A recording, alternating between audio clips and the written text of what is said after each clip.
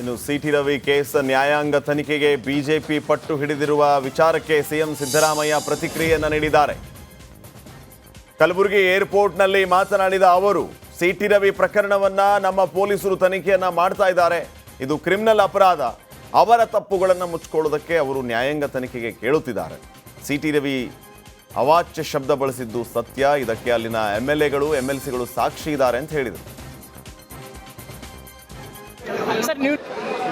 ಅಲ್ಲಿ video audio clippings ಎಲ್ಲ ಅವರು ಅವಾಚ್ಯ ಶಬ್ದ ಬಳಸಿದ್ರು ಅಂತಕ್ಕಂಥದ್ದು ಇದೆ. ಅಲ್ಲಿ MLCಗಳು ಕೇಳಿದವರು ಜುಡಿಷಿಯಲ್ ಎಂಕ್ವೈರಿ ಮಾಡಬೇಕು. ಆಮೇಲೆ ಇವರು ಮಾತಾಡಿರೋದು ಸತ್ಯ. It amounts to criminal offence ಅಲ್ಲ. ಅಲ್ಲಿ ವಿಡಿಯೋ ಆಡಿಯೋ ಕ್ಲಿಪ್ಪಿಂಗ್ಸ್ ಎಲ್ಲ ಅವರು ಅವಾಚ್ಯ ಶಬ್ದ ಬಳಸಿದ್ರು ಅಂತಕ್ಕಂಥದ್ದು ಇದೆ. ಅಲ್ಲಿ ಸಿಟಿ ರವಿ ಪ್ರಕರಣ ನ್ಯಾಯಾಂಗ ತನಿಖೆಗೆ ಒಪ್ಪಿಸಬೇಕು ಅಂತ ಮಾಜಿ ಗೃಹ ಸಚಿವ ಆರ್ಗ ಜ್ಞಾನೇಂದ್ರ ಹೇಳಿಕೆ ನೀಡಿದ್ದಾರೆ. ಶಿವಮೊಗ್ಗದಲ್ಲಿ ಮಾತನಾಡಿದ ಅವರು, ಸಿಟಿ ರವಿ ಅವರನ್ನ ಹತ್ಯೆ ಮಾಡುವ ಉದ್ದೇಶದಿಂದ ಬಂಧಿಸಿದ್ರು. ಖಾನಾಪುರ ಠಾಣೆಗೂ ಹೋಗದೆ 2-3 ಜಿಲ್ಲೆ ತಾಲೂಕುಗಳಲ್ಲಿ ಅವರನ್ನ ಸುತ್ತಿಸಿದ್ದಾರೆ. ರಾತ್ರಿ ಇಡೀ ಸಿಟಿ ರವಿಗೆ ಹಿಂಸೆ ನೀಡುವ ಉದ್ದೇಶ ಏನಿತ್ತು? ಸರ್ಕಾರ ಕೂಡಲೇ ಈ ಪ್ರಕರಣವನ್ನ ನ್ಯಾಯಾಂಗ ತನಿಖೆಗೆ ವಹಿಸಬೇಕು. ವಿಧಾನಸಭೆಯಲ್ಲಿ ರಾಷ್ಟ್ರದ್ರೋಹಿ ಕೂಗು ಹಾಕಿದರೆ ಅದನ್ನ FSLಗೆ ಕಳಿಸಬೇಕು ಅಂತ ಆಗ್ರಹಿಸಿದರು. ಮೊನ್ನೆ ರಾತ್ರಿ ಜೀವಂತವಾಗಿ ಹೊರಗೆ ಬಂದಿದ್ದು ವಿಶೇಷ ಅಂತ ಹೇಳಿ ನಾನು ಭಾವಿಸ್ತೀನಿ ರವಿಯವರು. ಯಾಕಂದರೆ ಮೀಡಿಯಾದವರು ಬೆನ್ನಂದಿಕೆ ಇದ್ದರು. ಅವ್ರನ್ನೂ ಕೂಡ ಅವಾಯ್ಡ್ ಮಾಡಿ ಎಲ್ಲೆಲ್ಲೂ ಕಾಡು ಕ್ರಷರ್ ಜಲ್ಲಿ ಕ್ರಷರ್ನ ನೋಡಿದೆ ಅಂತ ಹೇಳ್ತಾರೆ. ಪೊಲೀಸರ ಈ ನಡವಳಿಕೆಯೇ ವಿಶೇಷವಾದಂಥ ತನಿಖೆಗೆ ಗುರಿಪಡಿಸಬೇಕು. MLC ಸಿಟಿ ರವಿಯನ್ನ ಬೆಳಗಾವಿ ಪೊಲೀಸರು ಫೇಕ್ ಎನ್ಕೌಂಟರ್ ಮಾಡ್ತಾ ಇದ್ರು ಅನ್ಸುತ್ತೆ ಅಂತ ಜೋಶಿ ಹೇಳಿಕೆಗೆ HK ಪಾಟೀಲ್ ಟಾಂಗ್ ಕೊಟ್ಟಿದ್ದಾರೆ. ಬೆಳಗಾವಿಯಲ್ಲಿ ಮಾತನಾಡಿದ ಅವರು, ಈಗಾಗಲೇ ಪೊಲೀಸರು ಸಿಟಿ ರವಿಯನ್ನ ಯಾಕೆ ಕರೆದುಕೊಂಡು ಹೋಗಿದ್ರು ಅನ್ನೋದಕ್ಕೆ ವಿವರಣೆಯನ್ನ ಕೊಟ್ಟಿದ್ದಾರೆ. ಪೊಲೀಸರು ವಿವರಣೆಯನ್ನ ಕೊಟ್ಟಿದ್ದಾರೆ. ಫೇಕ್ ಎನ್ಕೌಂಟರ್ನಂತಹ ಶಬ್ದ ಬಳಕೆಯ ಮಾತುಗಳು ಸೃಷ್ಟಿ ಮಾಡುವುದು ಪ್ರಹ್ಲಾದ್ ಜೋಶಿಗೆ ಶೋಭೆ ತರಲ್ಲ ಅಂತ ಕಿಡಿಕಾರಿದ್ದಾರೆ. ಫೇಕ್ ಎನ್ಕೌಂಟ್ರು ಅದು ಈ ಶಬ್ದ ಬಳಕೆ ಹಾಗೂ ಈ ಒಂದು ಮಾತುಗಳನ್ನು ಸೃಷ್ಟಿ ಮಾಡೋದಿದೆ. ಅದು ಪ್ರಹ್ಲಾದ್ ಜೋಶಿಯವರು ಇರುವ ಸ್ಥಾನದಿಂದ ಅದು ಬೇಲ್ ಸಿಹಿ ಸಿಗ್ತಾ ಇದ್ದಂತೆ ಸಿಟಿ ರವಿ ಟೆಂಪಲ್ ರನ್ ನಡೆಸ್ತಾ ಇದ್ದಾರೆ. ಇವತ್ತು ಪತ್ನಿ ಪಲ್ಲವಿ ಜೊತೆ ಸಿಟಿ ರವಿ ಚಿಕ್ಕಮಗಳೂರಿನಲ್ಲಿ ರಾಘವೇಂದ್ರ ಸ್ವಾಮಿ ಮಠಕ್ಕೆ ಭೇಟಿ ನೀಡಿ ದೇವಸ್ಥಾನದಲ್ಲಿ ವಿಶೇಷ ಪೂಜೆಯನ್ನ ಸಲ್ಲಿಸಿದ್ದಾರೆ.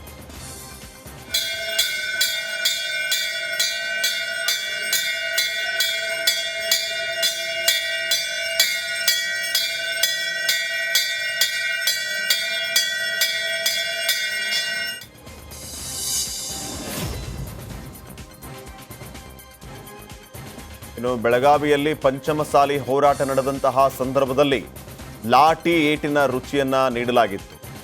ಈ ಲಾಠಿ ಏಟು ಕೊಟ್ಟಂತವರಿಗೆ ಈಗ ಸರ್ಕಾರ ಬಹುಮಾನವನ್ನ ಘೋಷಣೆ ಮಾಡಿದೆಯಾ ಅಂತ ಸ್ವಾಮೀಜಿಗಳು ಪ್ರಶ್ನೆಯನ್ನ ಮಾಡಿದ್ದಾರೆ.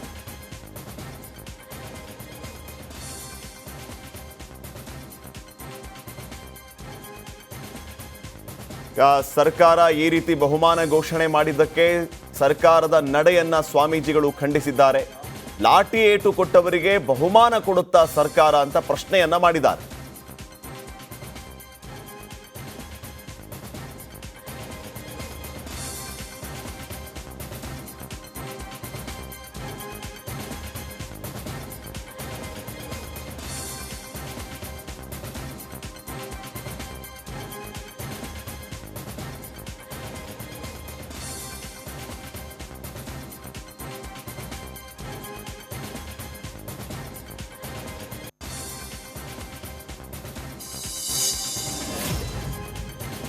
ಬೆಳಗಾವಿ ಹಿಂಡಲ್ಗ ಜೈಲಲ್ಲಿ ಮೊಬೈಲ್ ಕಳ್ಳಸಾಗಣೆ ದಂಧೆ ಇನ್ನೂ ತಣ್ಣಗಾಗಿಲ್ಲ. ಜೈಲಾಧಿಕಾರಿಗಳ ಕಣ್ಣು ತಪ್ಪಿಸಿ ಮೊಬೈಲ್, ಗಾಂಜಾ ಜೈಲು ಸೇರ್ತಾ ಇವೆ. ಒಂದೇ ವಾರದಲ್ಲಿ 2 ಪ್ರಕರಣಗಳು ಬೆಳಕಿಗೆ ಬಂದಿದ್ದು, ಬೆಳಗಾವಿ ಗ್ರಾಮೀಣ ಪೊಲೀಸ್ ಠಾಣೆಯಲ್ಲಿ 2 ಕೇಸ್ ದಾಖಲಾಗಿದೆ.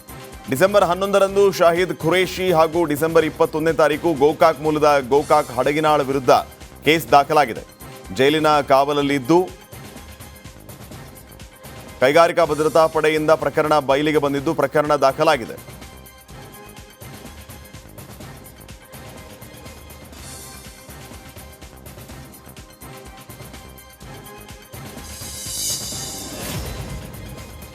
ತೊಗರಿಗೆ ಪರಿಹಾರ ಘೋಷಣೆ ಮಾಡುವಂತೆ ಆಗ್ರಹಿಸಿ ಕಲಬುರಗಿ ನಗರದ ಅನ್ನಪೂರ್ಣ ಕ್ರಾಸ್ ಬಳಿ ಹೋರಾಟಗಾರರು ಪ್ರತಿಭಟನೆಯನ್ನು ನಡೆಸ್ತಾ ಇದ್ದಾರೆ. ನೆಟೆ ರೋಗದಿಂದ ತೊಗರಿ ಒಣಗಿ ಹಾಳಾದ ಹಿನ್ನೆಲೆ ಪರಿಹಾರ ಘೋಷಿಸುವಂತೆ ಆಗ್ರಹಿಸಿ ಪ್ರತಿಭಟನೆ ನಡೆಸಲಾಯಿತು. ಈ ವೇಳೆ ಪೊಲೀಸರು ಪ್ರತಿಭಟನಾಕಾರರನ್ನ ವಶಕ್ಕೆ ಪಡೆದರು.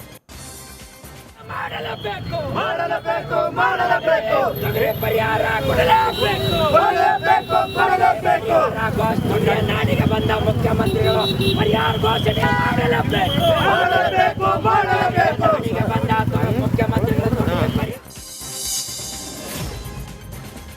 ಮಾಜಿ ಶಾಸಕರು ಸರ್ಕಾರಿ ಭೂಮಿ ಒತ್ತುವರಿ ಮಾಡಿದ್ದಾರೆ ಅಂತ ಸ್ಥಳೀಯರು ಗಂಭೀರ ಆರೋಪವನ್ನ ಮಾಡಿದ್ದಾರೆ. ಕೋಲಾರ ಜಿಲ್ಲೆಯ ಕೆಜಿಎಫ್ ತಾಲೂಕು ಚಿನ್ನಪಲ್ಲಿ ಬಳಿ ಜೆಡಿಎಸ್ನ ಮಾಜಿ ಶಾಸಕ ನಿಸರ್ಗ ನಾರಾಯಣಸ್ವಾಮಿ ಒತ್ತುವರಿ ನಡೆಸಿದ್ದಾರೆ ಅಂತ ಆರೋಪಿಸಲಾಗಿದೆ. ಈ ಹಿನ್ನೆಲೆ ಇವತ್ತು ಸ್ಥಳೀಯರು ಹಾಗೂ ಅಂಬೇಡ್ಕರ್ ಯುವ ವೇದಿಕೆ ಕಾರ್ಯಕರ್ತರು ಪ್ರತಿಭಟನೆ ನಡೆಸಿದರು. ಸ್ಥಳಕ್ಕೆ ಕೆಜಿಎಫ್ ತಹಸೀಲ್ದಾರ್ ನಾಗವೇಣಿ ಭೇಟಿ ನೀಡಿ ಪರಿಶೀಲನೆ ನಡೆಸಿದರು. ಡಾಕ್ಟರ್ ಬಾಬಾ ಸಾಹೇಬ್ ಅಂಬೇಡ್ಕರ್ ಅವರಿಗೆ ಧಿಕ್ಕಾರ, ನಿಸರ್ಗ ನಾರಾಯಣ ಸ್ವಾಮಿಗೆ ಹೇಳಿ ಧಿಕ್ಕಾರ, ಬಡವರ ಸ್ವತ್ತನ್ನು ಕಬಳಿಸಿರುವ ನಿಸರ್ಗ ನಾರಾಯಣ ಸ್ವಾಮಿಗೆ ಹೇಳಿ ಧಿಕ್ಕಾರ.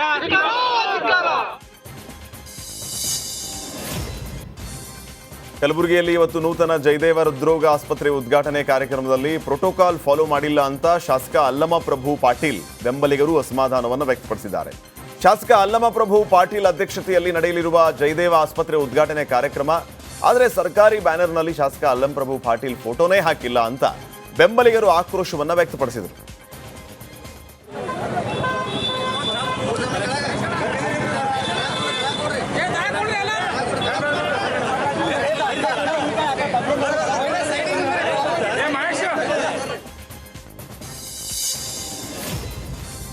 ವಿದ್ಯಾಮಾತೆ ಸಾವಿತ್ರಿಬಾಯಿ ಫುಲೆಯವರ 193ನೇ ಜಯಂತಿಯ ಅಂಗವಾಗಿ ಜನವರಿ 12ನೇ ತಾರೀಕು ಬೆಂಗಳೂರಿನಲ್ಲಿ ಉಚಿತ ಶಿಕ್ಷಣ ನಮ್ಮ ಸಂವಿಧಾನಬದ್ಧ ಹಕ್ಕು ಅನ್ನೋ ರಾಜ್ಯಮಟ್ಟದ ಸಮಾವೇಶವನ್ನು ಹಮ್ಮಿಕೊಳ್ಳಲಾಗಿದೆ.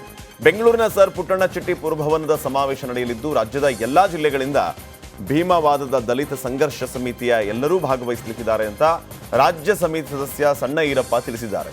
ರಾಜ್ಯದಿಂದ ಸುಮಾರು 8,000 ಜನರು ಆಗಮಿಸುವ ನಿರೀಕ್ಷೆ ಇದ್ದು ಜಿಲ್ಲೆಯಿಂದಲೂ ಹೆಚ್ಚಿನ ಜನರು ಪಾಲ್ಗೊಂಡು ಯಶಸ್ವಿಗೊಳಿಸುವುದಕ್ಕೆ ಮನವಿಯನ್ನ ಮಾಡಿದರು.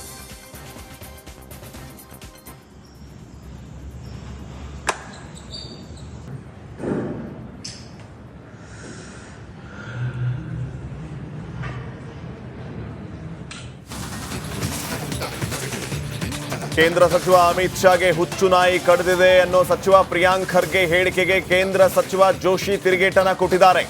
ಕಾಂಗ್ರೆಸ್ ನಾಯಕರಿಗೆ ಯಾವ ಹುಚ್ಚು ನಾಯಿ ಕಡಿದಿದೆ ಅಂತ ಪ್ರಶ್ನೆ ಮಾಡಿದ್ದಾರೆ. ಅಂಬೇಡ್ಕರ್ಗೆ ಅವಮಾನಿಸಿದಾಗ ಯಾವ ನಾಯಿ ಕಡಿದಿತ್ತು ಕಾಂಗ್ರೆಸ್ನವರಿಗೆ? ಕಾಂಗ್ರೆಸ್ನವರಿಂದ ನಾಯಿ ಕಡಿದವರಂತೆ ವರ್ತನೆ, ಅವರಿಗೆ ಬಹುಶಃ ಹುಚ್ಚು ನಾಯಿ ಕಡಿದಿರಬೇಕು, ಅದಕ್ಕೆ ಈ ರೀತಿ ಮಾತಾಡ್ತಾ ಇದ್ದಾರೆ ಅಂತ ತಿರುಗೇಟನ್ನ ಕೊಟ್ಟಿದ್ದಾರೆ ಕೇಂದ್ರ ಸಚಿವ ಪ್ರಹ್ಲಾದ್ ಜೋಶಿ ಅವರು ಪ್ರಿಯಾಂಕ್ ಖರ್ಗೆಗೆ.